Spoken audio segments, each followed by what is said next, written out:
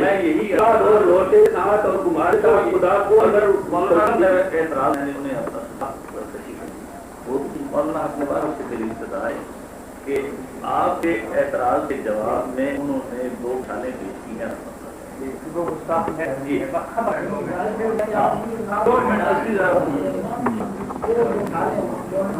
یہاں یہ فرما دیں کہ اس متعلق آپ کچھ کہہ نہیں چاہتے کیونکہ آپ کی بہت سے ہٹ کر ہے. میں نے یہ بات واضح کر دی تھی کہ فاضل یہ ثابت کرے کہ کیا جہاں میں حضرت صلی اللہ علیہ وسلم کی 2 زبان لائی گئی ہیں